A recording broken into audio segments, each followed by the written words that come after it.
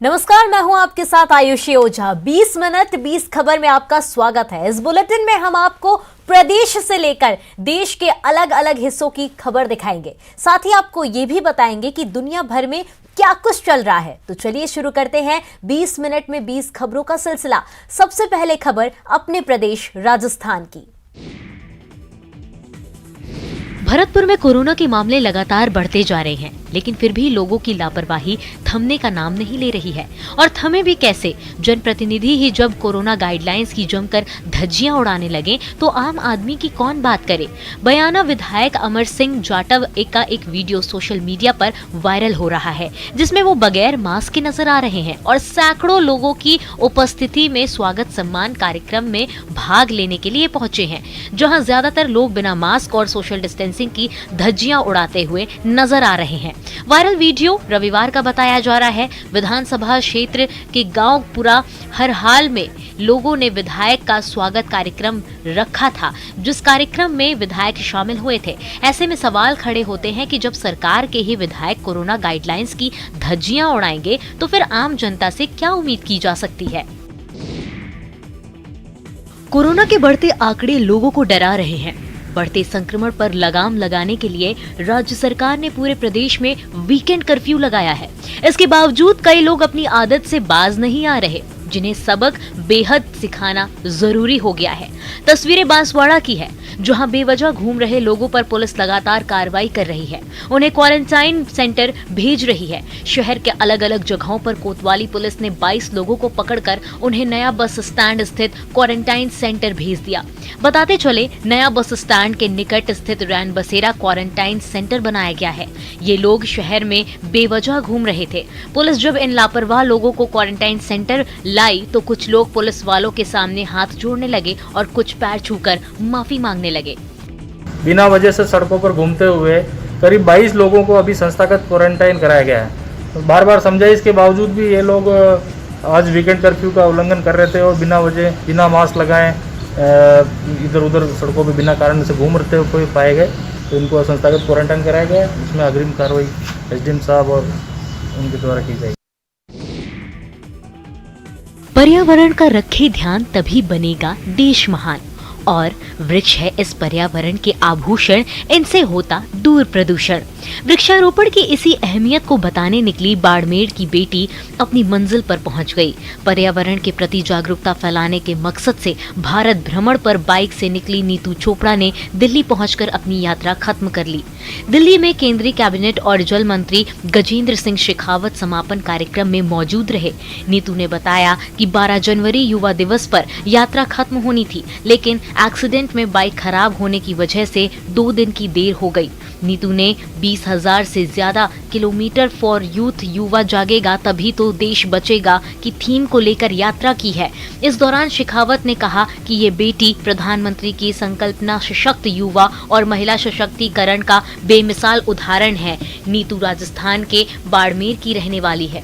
क्योंकि कुछ भी करना है तो युवाओं को जगाना जरूरी है और वही देश के आने वाले भावी कर्णधार हैं। तो प्रकृति जल है तो कल है, प्रकृति है तो हम हैं का संदेश हमने जा के हर स्टेट में दिया। हर स्टेट में जाके यूनिवर्सिटी के स्टूडेंट्स के साथ में, क्लब्स के साथ, युवा ग्रुप के साथ में इंटरेक्शन किया। और अब देख लेते हैं कुछ दूसरे राज्यों की खबरें।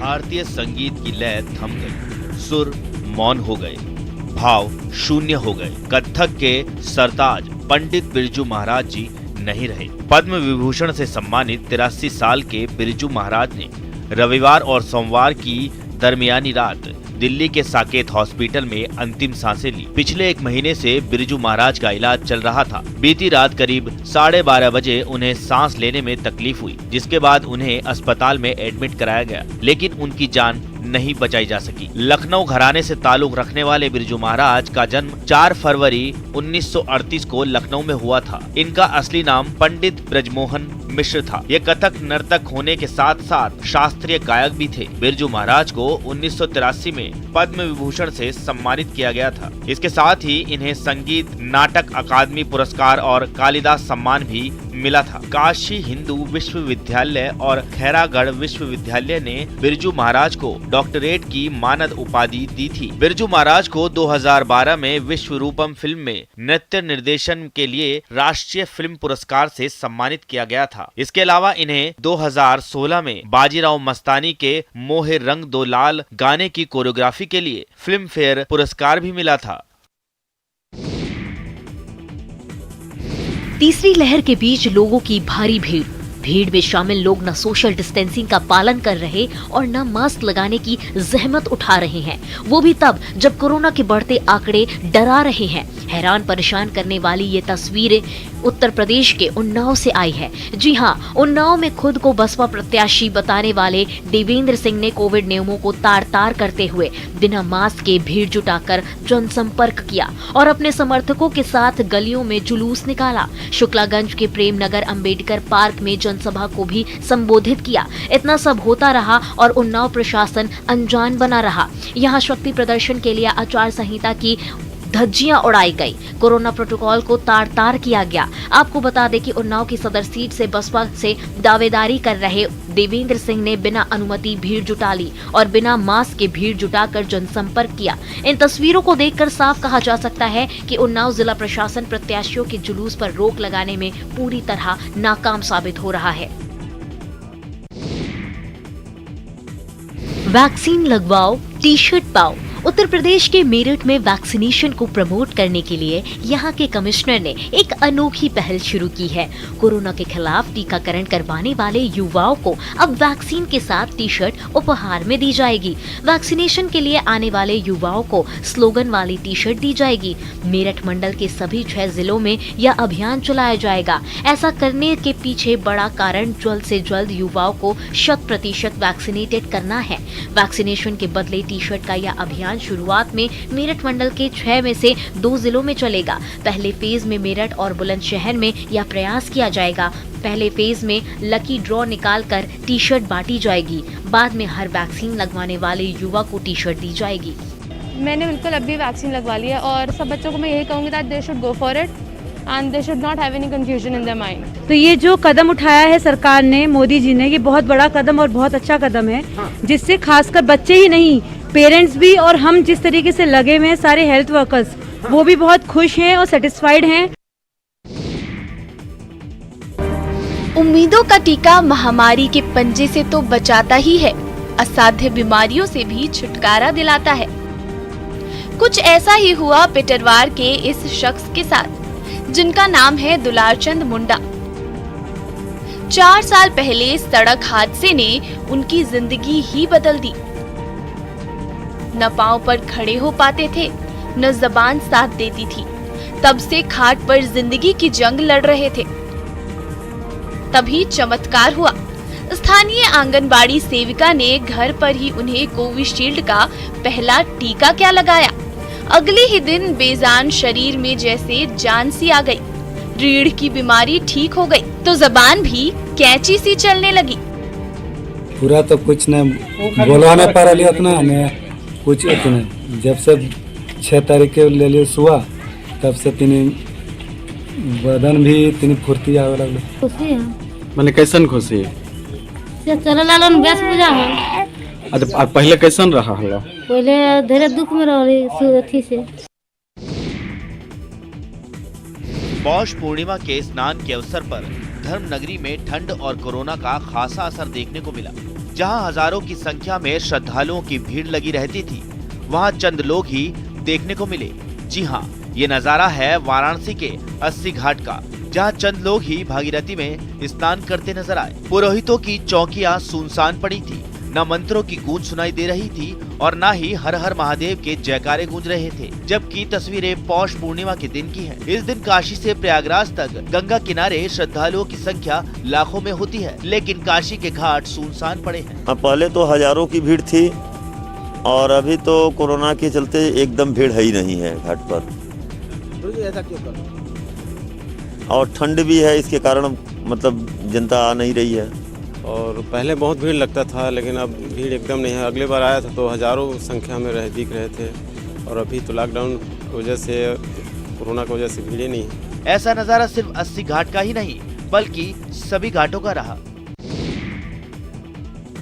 संगम नगरी प्रयागराज के माघ मेले में आए कई संत महात्मा अपने अनूठे अंदाज और खास गेटअप की वजह से श्रद्धालुओं के बीच आकर्षण का केंद्र बने हुए हैं। इन्हीं में से एक हैं शिवयोगी मौनी महाराज, जिन्हें लोग रुद्राक्ष वाले बाबा के नाम से भी जानते हैं। जी हाँ, सिर से कमर तक रुद्राक्ष ही रुद्राक्ष। रुद्राक्ष की एक दो नहीं बल्कि तकरीबन 500 मालाएं। कोई माला 11 रुद्राक्ष की है तो कोई 21, 51 और 108 रुद्राक्ष की। बाबा के शरीर पर तो रुद्राक्ष रहते ही हैं, इसके साथ ही करीब 100 माला वो अपने सिर पर भी बांधे रहते हैं। इनमें कई रुद्राक्ष एक मुखी हैं तो कई 16 मुखी तक। 11,000 रुद्राक्ष का संकल्प करीब 3 साल पहले ही पूरा हो चुका है और वो 51,000 रुद्राक्ष धारण करने के लक्ष्य पर हैं। 11,000 से ज्यादा रुद्राक्ष धारण करने वाले ये बाबा हैं शिवयोगी मौनी महाराज। मौनी बाबा अमेठी के परमहंस आश्रम के महंत हैं। रुद्राक्ष वाले बाबा की खासियत ये है कि वो ना तो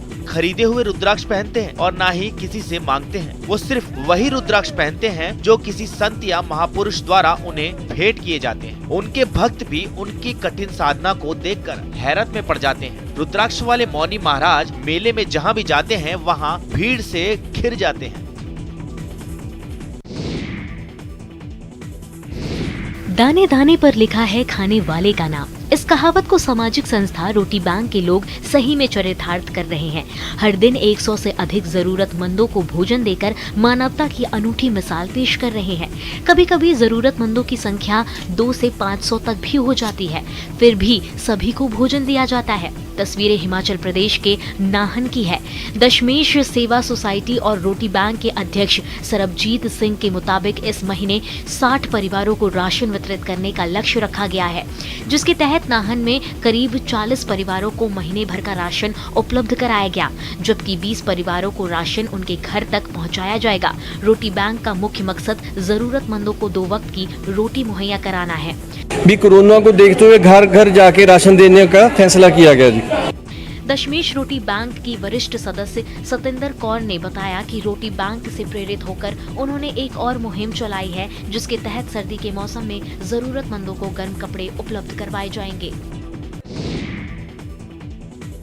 हिमाचल प्रदेश की पर्यटन नगरी मनाली सहित आसपास के क्षेत्रों में इन दिनों मौसम सुहावना हो चला है। घाटी में गुनगुनी धूप खिल गई है। इसके बावजूद यहाँ के बाशिंदों की मुश्किलें कम नहीं हो रही है। बीते दिनों हुई भारी बर्फबारी के बाद बेशक मनाली का मौसम सुहावना हो गया है, लेकिन ठंड का टॉर्चर लगातार जारी है। मनाली में मौसम के साफ होते ही तापमान में खासी गिरावट आ गई है, जिससे घाटी के लोगों की दिक्कतें और बढ़ गई है। तापमान माइनस में होने से नलकों का पानी भी जम गया है। वहीं दूसरी ओर वाहन चालकों को भी वाहन चलाने में खासी दिक्कतें आ रही है। इसके अलावा घाटी में मौसम सुहाना होने के बाद हिमस्खलन का भी खतरा बढ़ गया है। जिला प्रशासन ने लोगों से हिमस्खलन वाले क्षेत्रों का रुख न करने की अपील की है। इससे राहत ये है कि हमारे को धूप सेकने का भी मज़ा आता है थोड़ा, और टूरिस्टों को भी अच्छा खेलने का मज़ा आता है। जैसा कि आप देख रहे हैं, लगातार बर्फबारी होने से यहाँ के तापमान में तो वैसे बहुत ज़्यादा गिरावट आई है। -6-7 डिग्री तक भी चला गया है। पर्यटन नगरी धर्मशाला को जल्द ही बड़ी सौगात मिलने वाली है। जी हां, शीतकालीन सत्र के बाद पहली बार हिमाचल प्रदेश की दूसरी राजधानी धर्मशाला आ रहे मुख्यमंत्री जयराम ठाकुर इस चुनावी साल में धर्मशाला को करोड़ों की सौगात देने जा रहे हैं। ऐसा हम नहीं कह रहे, ऐसे दावे अभी से होने शुरू हो गए हैं। 19 जनवरी को मुख्यमंत्री जयराम ठाकुर का शेड्यूल धर्मशाला के लिए तय हो चुका है। सीएम धर्मशाला आकर 250 करोड़ रुपए से भी अधिक की विकास परियोजनाओं का उद्घाटन और शिलान्यास करेंगे, जिनमें से सबसे महत्वाकांक्षी रोपवे परियोजना है, जिसके जरिए लोअर धर्मशाला को अपर धर्मशाला के साथ जोड़ा जाएगा। रोपवे के संचालन से धर्मशाला में पर्यटन क्षेत्र में इजाफा होगा और रोजगार के अवसर भी बढ़ेंगे। इस बात की घोषणा धर्मशाला के विधायक विशाल नहरिया ने एक प्रेस कॉन्फ्रेंस में की। विधायक ने कहा कि सीएम 19 जनवरी को धर्मशाला में पिछले 4 साल से बन रहे युद्ध संग्रहालय का भी लोकार्पण करेंगे। यही नहीं, सीएम जयराम ठाकुर 19 जनवरी को ही धर्मशाला में पर्यावरण और प्रदूषण कंट्रोल बोर्ड सहित फॉरेंसिक साइंस लैब के भी भवन का उद्घाटन करेंगे। सर, आप देख रहे हैं कि हमें क्या दिक्कतें दिखाई दे रहा है इस वीडियो में भी, पर हम बता सकते हैं कि हमारे घर टूटे हुए हैं। गौशाला टूटी 3 साल हो गए, ना तो यहाँ कोई प्रधान दे रहा है हमें गौशाला, हमने पाँव भी उनके छुए जाके। हिमाचल प्रदेश के चंबा में कई लोगों को सरकार की कल्याणकारी योजनाओं का लाभ नहीं मिल रहा। न्यूज़ 18 इससे पहले कई ऐसे लोगों के घरों का हाल दिखा चुका है। लोग सरकारी दफ्तरों के चक्कर काट काट कर थक गए, लेकिन उन्हें इन योजनाओं के बारे में जानकारी नहीं मिल पाई। यहाँ तक कि लोगों ने अपने पंचायत प्रतिनिधियों के पांव तक पकड़े, लेकिन उसके बावजूद उन्हें कोई फायदा नहीं मिला। जबकि सरकार ये दावा करते नहीं थकती कि जिले के अंतिम व्यक्ति तक वो इन योजनाओं का लाभ पहुँचा चुकी है। थक हार कर लोग न्यूज़ 18 को फोन करके अपनी समस्या बता रहे हैं। आए दिन लोग न्यूज़ 18 को फोन कर अपनी व्यथा बताते हैं और जिम्मेदारों तक गुहार पहुंचाने की फरियाद करते हैं। तो आप अभी देख ही चुके हैं 10 मिनट पहले कि हमारी गौशाला कितनी टूटी हुई है, वहाँ पे पानी आता है और घर का ये हाल है कि अंदर मतलब पानी आ रहा है, फर्श पूरा गीला है। जल्लीकट्टू सांड और इंसान के बीच खेला जाने वाला रोमांचक खेल। तस्वीरें तमिलनाडु के मदुरै की है। कोरोना संक्रमण के बढ़ते मामलों के बीच मदुरै स्थित पिलामेडु क्षेत्र में जल्लीकट्टू प्रतियोगिता शुरू हो गई। इस खेल के प्रतियोगी को एक समय में बैल के कुबड़ को पकड़ने की कोशिश करनी होती है। बैल को वश में करने के लिए इसकी पूंछ और सींग को पकड़ा जाता है और बैल को एक लंबी रस्सी से भी बांधा जाता है और जीतने के लिए एक समय सीमा में बैल को काबू में करना होता है। कुल मिलाकर खेल में बैल को वश में करना ही इस खेल का लक्ष्य होता है। जल्लीकट्टू खेल को पुराने समय में येरुथाजुवुथुल से भी जाना जाता था, जिसका मतलब है जल्लीकट्टू को गले लगाना। जली का मतलब है सिक्के और कट्टू का मतलब है बैग, जिसका मतलब है सिक्कों से भरा हुआ बैग जो बैल के सींगों पर बंधा होता है और जीतने वाले यानी विजेता को ये बैग मिल जाता है। गौरतलब है कि पोंगल पर 3 जल्लीकट्टू कार्यक्रमों का आयोजन किया जाता है। INS खुखरी युद्धपोत विशाखापत्तनम से दीप पहुंच गया है। दीप कलेक्टर सलोनी राय ने बताया कि 26 जनवरी को इसे दीप प्रशासन को देने की प्रक्रिया की जाएगी। इसे डिस्प्ले पर रखा जाएगा और लोगों के लिए भी इसमें सारी सुविधाएं दी जाएगी कि लोग भी इसे अंदर से देख पाए। गौरतलब है कि INS खुखरी देश की 32 साल की शानदार सेवा के बाद पिछले इस महीने सेवा मुक्त हुआ था। यह स्वदेशी निर्मित मिसाइल कॉर्वेट में से पहला जहाज था। बता दें कि कॉर्वेट एक छोटा युद्धपोत होता है। यह परंपरागत रूप से पोत की सबसे छोटी क्लास है। एक कॉर्वेट का इस्तेमाल तटीय गश्ती जहाज, मिसाइल नाव और तेज हमले वाले जहाज के रूप में किया जाता है। कॉर्वेट 23 अगस्त 1989 को मझगांव डॉक शिप बिल्डर्स द्वारा बनाया गया था और इसे पश्चिमी बेड़े का हिस्सा होने का गौरव प्राप्त था। INS खुखरी के 6,44,897 समुद्री मील से अधिक की दूरी तय की, जो दुनिया का 30 बार चक्कर लगाने के बराबर है। इसके अलावा ये दूरी पृथ्वी और चंद्रमा के बीच की दूरी का 3 गुना है। ये जहाज भारतीय सेना के गोरखा ब्रिगेड से जुड़ा था। जिस कला पर आप निसार हैं, रंगों के जिस संयोजन पर आप मुग्ध हैं, उससे जुड़ी एक और खासियत जानकर आप दांतों तले उंगलियां दबाने के लिए मजबूर हो जाएंगे। आमतौर पर कला की दुनिया के लोग फक्कड़ होते हैं, लेकिन यहाँ मामला अलग है। जी हाँ, केरल के कोट्टायम में नए साल की बम्पर लॉटरी में पेंटिंग करने वाले एक स्थानीय कामगार ने 12 करोड़ रुपए जीते हैं। अयमानम के सदानंदन ने तिरुवनंतपुरम में लकी ड्रॉ जारी किए जाने से चंद घंटे पहले ही रविवार सुबह एक विक्रेता से लॉटरी टिकट खरीदा था। पिछले 50 वर्षों से पेंटिंग कर रहे सदानंदन ने संवाददाताओं से कहा कि उन्होंने सुबह सिल्वन नाम के लॉटरी विक्रेता से उस वक्त यह टिकट खरीदा था जब वो मांस खरीदने के लिए बाजार में गए थे। सदानंदन इस पैसे से अपने बच्चों के बेहतर जीवन यापन की व्यवस्था करेंगे।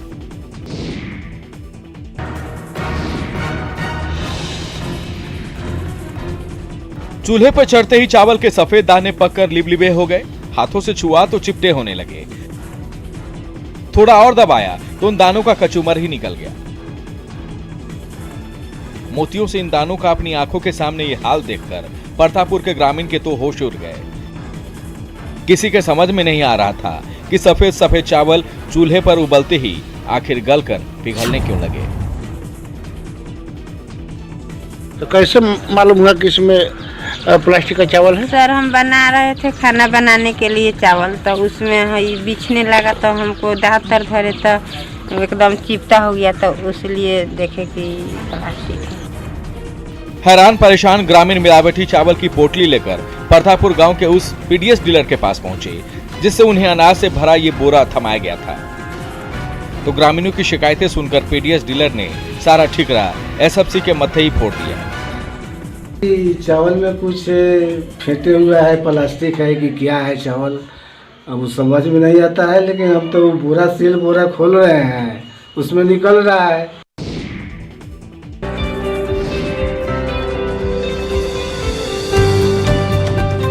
बांस की सख्त रेशों को आकार देते माहिर हाथ, बांस के बेजान टुकड़ों में जान भरते माहिर हाथ। हसनगंज की ये महिलाएं कल तक अपने हालात पर बेबस थी। पति की नौकरी छूटते ही दाने दाने की मोहताज थी। जब जीविका जैसी संस्था ने हाथ बढ़ाया तो इन महिलाओं ने उन हाथों को थामने में देर नहीं की। बांस के टुकड़ों से कारीगरी सीखी और आज वही महिलाएं बांस के छोटे छोटे टुकड़ों से कमाल की कारीगरी कर रही है। टिफिन क्लियर सीख चुके हैं और चाय बनाने के लिए सीख चुके हैं और क्लिप बनाने भी सीख चुके हैं और चटाई बुनने भी सीख चुके हैं। सदियों से अंधेरे में जीवन यापन कर रहे इंद्रावती नदी के पार बसने वाली पंचायतों के निवासियों के दिन फिर चुके हैं। माओवाद का टापू ध्वस्त हो चुका है। लाल आतंक से फैला अंधियारा छट गया है। नक्सलवाद की राजधानी अबूझमाड़ की छाती पर विकास का पुल तैयार होने से आदिवासी जनजीवन में आमूल-चूल परिवर्तन दिख रहा है। चिरपाल, तुमरीगुड़ा, काउरगांव और पाहुरनार के साथ आधा दर्जन से अधिक पंचायतों में बिजली के पोल पहुंच चुके हैं। जल्द ही इनके घर अब इलेक्ट्रिक की दुधिया रोशनी से रोशन होंगे। अभी जो ये पुल बना है छितनार में, और जो किस तरीके से राहत महसूस हो रही है ग्रामीणों को और आने जाने वाले लोगों को?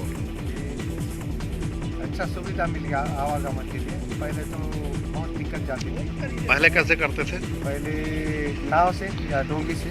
तो कई लोगों की इसमें जान भी गई होगी। हाँ, बहुत जल्दी जान गई नाव डूबने से। नाव डूबने से। अभी अब तो इस तरीके से कोई परेशानी नहीं है।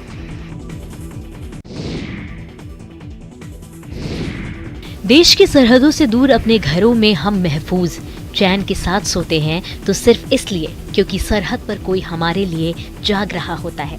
न गर्मी, न सर्दी, न बारिश, कोई भी मौसम उनके लिए छुट्टियों वाला नहीं होता। हर आफत, मुश्किल से बेपरवाह वे बस अपनी ड्यूटी कर रहे होते हैं ताकि देश सुरक्षित रहे। कड़ाके की ठंड में जब हम अपने घरों में रजाइयों में दुबके रहना पसंद करते हैं, कोई भारी बर्फबारी के बीच भी सरहदों की सुरक्षा में दिन रात तैनात रहता है। तस्वीरें जम्मू कश्मीर के किश्तवाड़ की है, जहां ऊंचाई वाले इलाकों में भारी हिमपात के बीच भारतीय सेना पेट्रोलिंग करती दिखे। जी हां, भारतीय सेना के जवानों का ऐसा ही एक वीडियो सामने आया है जिसमें देश की सीमाओं की सुरक्षा को लेकर उनकी प्रतिबद्धता साफ देखी जा सकती है, जो बर्फबारी के बीच अपनी ड्यूटी पर मुस्तैदी से जुटे हैं। भारतीय सेना के जवान जम्मू कश्मीर में भारी बर्फबारी के बीच हर आफत से बेपरवाह नियंत्रण रेखा LOC पर गश्त करते नजर आ रहे हैं। उनके दिलों में है तो बस एक जज्बा कि भारत की सीमाएं महफूज रहें, सीमा पार से कोई घुसपैठ न हो पाए। तो फिलहाल इस बुलेटिन में इतना ही। खबरों का सिलसिला लगातार जारी रहेगा। देखते रहिए न्यूज़ 18 राजस्थान।